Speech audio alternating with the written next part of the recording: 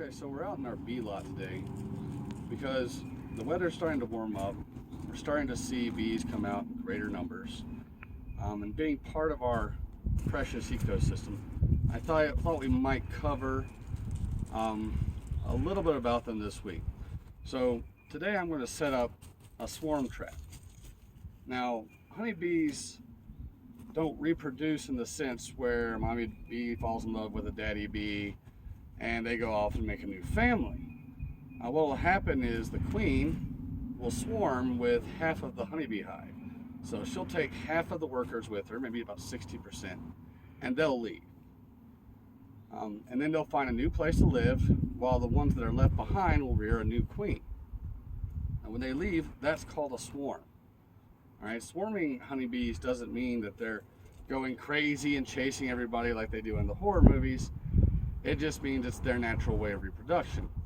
Now, you can see some honeybees on our peach trees here, and they're collecting pollen, they're collecting nectar for their hive, but that's not all the bees out here are doing. In fact, I've seen quite a few, and we call those scout bees. So I'm sitting out there having coffee this morning, and the honeybees are kind of moving around the house, checking crevices in the brick, little hidey holes in the walls, places. They're looking for a new place to swarm. That's why we call them scout bees. The queen actually sends them out and she tells them, hey, go find us a new home, we're about to swarm. Get ready. Now, for someone like me, that's free bees. So what beekeepers will try to do sometimes is we'll set up what we call swarm traps. And I'm going to show you how we're going to do that today. Now, out in front of me, I have everything I need to create my swarm trap from hives that I had last year. Starting with our hive stand. All right, we don't want the bees sitting on the ground. It's cold, it's damp. Other insects can crawl up into the hive, so we put them on a hive stand. The second thing is called our bottom board. This is our bottom board. Now, the bottom board has a screen in it.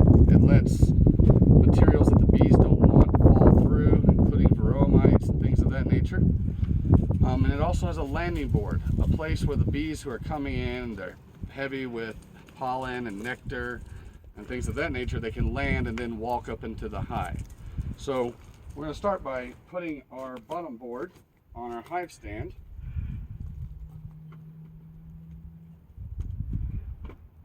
It's a little tricky, I may have to slide that in.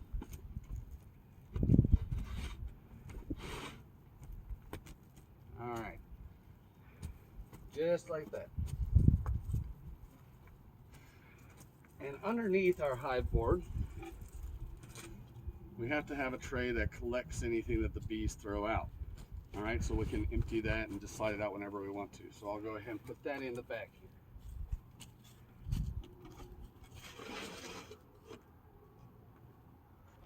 All right, with all that, we have a good foundation for our hive, which comes next. This is called a hive body. All right, and the reason we call it a hive body is because it's basically the body of the hive, the primary body of the hive. And this is where the bees typically live.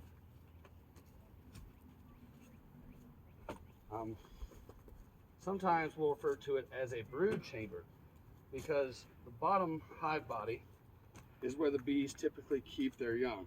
They rear their young in the bottom, store their honey in the top, keep their brood in the bottom. So we fit that on there nice and squared. The reason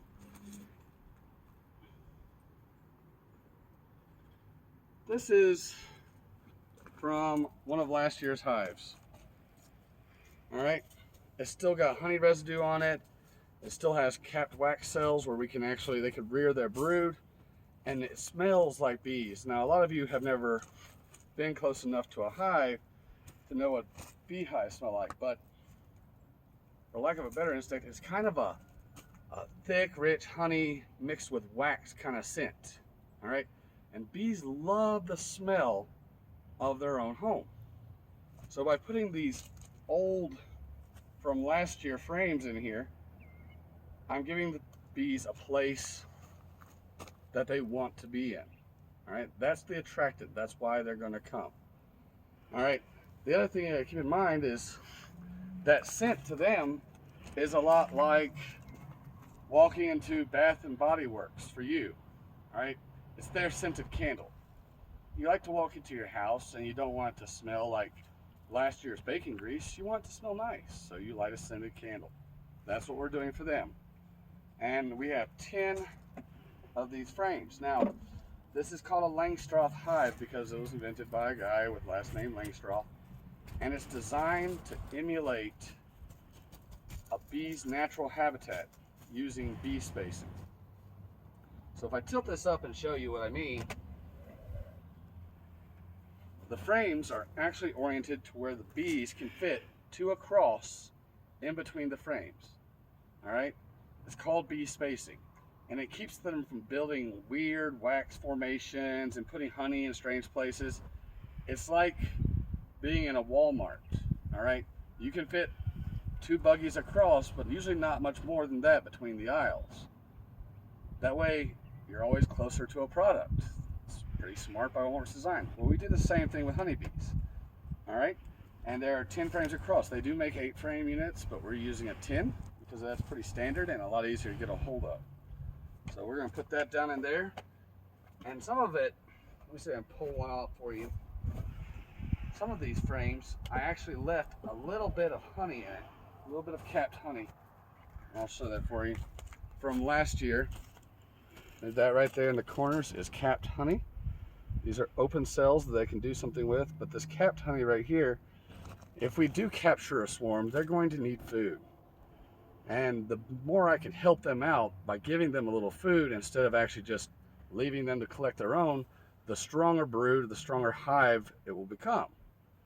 So we're going to leave that in there. Besides, it's me leaving this in here for the bees. It's kind of like me leaving a steak out in the open for you. All right? You know, you're kind of attracted to it. You want to go in, see what all the fuss is about. Eat it. We're going to leave all that in there. So now that we've fitted the hive body on there, you can see down here, this is the main entrance the bees will use coming and going. They'll land here, crawl up inside. We have an inner cover. All right, the inner cover has 2 functions. A, it kind of seals everything off, but this hole is not designed for my hands to lift it up for. It's designed so the bees can crawl out and use the top entrance, which is cut out right here.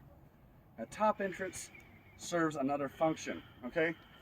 Imagine we have a fire drill at school and we're all trying to run in and out of the same door at the same time. We're going to get jammed up. Too crowded. This gives them a second escape in and out of the hive.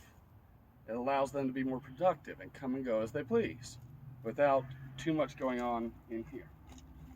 So we'll stick that right on top. I got a little sugar caked up here that I need to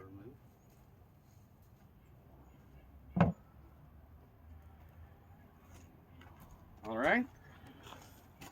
And last but not least, this is called the telescopic cover. And they call it telescopic because it telescopes over the side of the hive and it keeps rainwater from going inside. Now the bees have a lot of natural enemies. Bears, for one. If you've ever watched the bee movie, you know they are not particularly fond of bears. But one of the biggest problems they have is moisture. Water getting in the hive is like a death sentence for a healthy beehive. Even the strongest hives can't survive getting their brood wet. So they regulate their temperature and their moisture in here year long. About 93 degrees temperature and maybe about 60% humidity. All right. This keeps water from entering the hive, and we'll stick that right there on top. Making sure it fits nice in place. And as you noticed, it's made out of aluminum so it doesn't rust. Water will actually pour off the sides instead of actually leaking inside the hive and killing our brood. Now, I'm putting this out here so the scout bees have a place, when they're investigating a place to bring that new hive, they might just like what they see and be like, you know what, let's take our hive there. For me, that means free bees and more honey, which I really kind of enjoy. We'll cover this a little more later. We'll check on it in about 2 weeks maybe and see if they've actually taken up residence. I'm seeing a lot of scout bees right now, so that's a good sign. Hopefully they'll like the home we set up for them. If they don't, no harm, no foul. And if they do, well, that's great. Free bees for us. Later on, we'll do some, if we do capture a swarm in here, we'll do some videos on actually how we can take care of the bees and tend to them. We'll look over a few things, especially how they kind of interact with inside the hive. And you gotta think, like, why is he doing this? Well, if you're social distancing like you're supposed to be, you're probably in the house somewhere, been in the house for several days, and you're bored. And we're supposed to be sending out assignments to you. Well, I thought this might be a unique opportunity to actually show you how we do this process and why we do it, instead of giving you just a Nearpod and saying, hey, turn it back in. If you need me, I'll be on LiveGrades with any questions. I'll upload this link into your LiveGrades, and it should be located on YouTube. Hope you guys stay safe. Talk to you later.